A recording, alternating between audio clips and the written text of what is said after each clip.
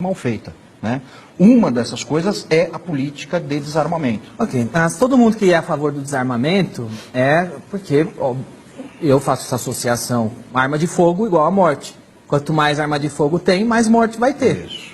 Então, eu imagino que é por isso que as pessoas que são a favor do desarmamento conferem? Em princípio... É legítimo essa rejeição à arma de fogo? Não, é legítima por desconhecimento. Porque, embora seja uma coisa que pareça lógica, né? Se eu tenho homicídios com armas, então se eu tiver mais armas, eu terei mais homicídios. Na prática, isso não acontece. Como não?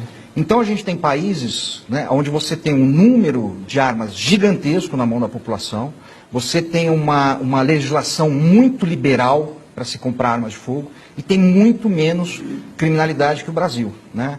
Aí as pessoas já estão pensando, Suíça, Estados Unidos, não, vamos aqui para os nossos vizinhos, né? Uruguai. O Uruguai é o país mais armado da América Latina, né? No Uruguai há uma arma para cada 6 habitantes. Não sabia. Pouca gente liberada sabe a disso. arma lá? É muito tranquila a legislação. Como é a nesse violência sentido. lá, morte, homicídio? Segunda menor taxa de homicídios da América do Sul, só perde para o Chile, né?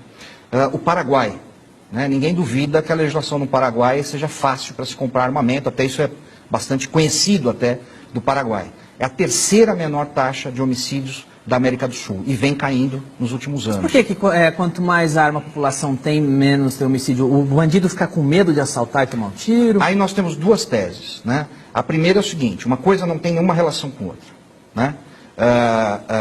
Não é a arma de fogo na mão da população que causa homicídios, e eu concordo com isso.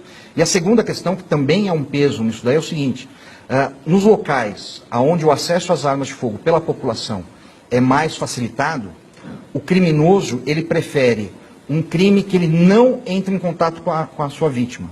Então, ao invés de ele roubar o seu carro, ele vai furtar o seu carro. Não vai enfiar o canhão em você. Porque ele não sabe o que... Porque ele não sabe, não só se você está armado, como se o carro de trás está armado. Se o carro da frente está armado. Se aquele cara que está passando do lado dele, porque hoje é assim que acontece. Quem é contra a posse de arma? Porque é o maior interessado, é o bandido? Não, eu acho que não. Quem? Eu acho que não. É quem gosta de controle, né? O bandido entra nessa também, porque ele sempre quer controlar a sua vítima, né? Então, se ele invade uma casa, para ele é muito melhor, né, que isso corra mais o Estado, o governo é o maior interessado? Políticos que gostam de poder gostam muito de desarmamento, né? Isso historicamente é demonstrado. Aconteceu uma coisa recente na Venezuela, que é uma coisa que o Chávez e o Maduro fizeram, eles tiraram a arma da população com esse mesmo argumento contra a violência. Exatamente. E agora que eles fizeram... Inclusive com a ajuda de ONGs nacionais. Com a ajuda de ONGs nacionais, do pessoal. Então eles desarmaram a população, a hora que a população ficou desarmada, eles armaram a milícia e falaram, bom, agora vocês calam a boca, a gente faz isso. Exatamente. É impor pela força. Isso não é só... Isso aconteceu em Cuba. Isso aconteceu na Coreia do Norte, isso aconteceu na extinta União Soviética, isso aconteceu em todos os países que viraram ou eram ditaduras. Foi o Lula que assinou o Estatuto do Desarmamento, não é? E ele fez uma previsão, ele dizia que aquela medida que ele estava assinando diminuiria a violência. Acho que... Você tem ideia de que se diminuiu... Ele é bom de promessa, né? Quantos assassinatos tinha o Brasil naquela época, você tem ideia? Nós tínhamos naquela época aproximadamente, se eu me lembro bem, 34 mil homicídios por ano. E hoje? 59 mil. Não preciso falar muito, né? Não preciso falar muito.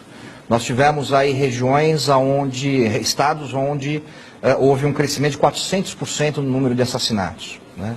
O número de homicídios cometidos com arma de fogo subiu na vigência do Estatuto de Desarmamento em quase 10%. Ou seja, os bandidos estão tendo mais acesso ainda às armas de fogo. Por uma questão muito simples, ele não precisa comprar uma arma legal. Ele não depende do mercado legal. Ele vai e compra.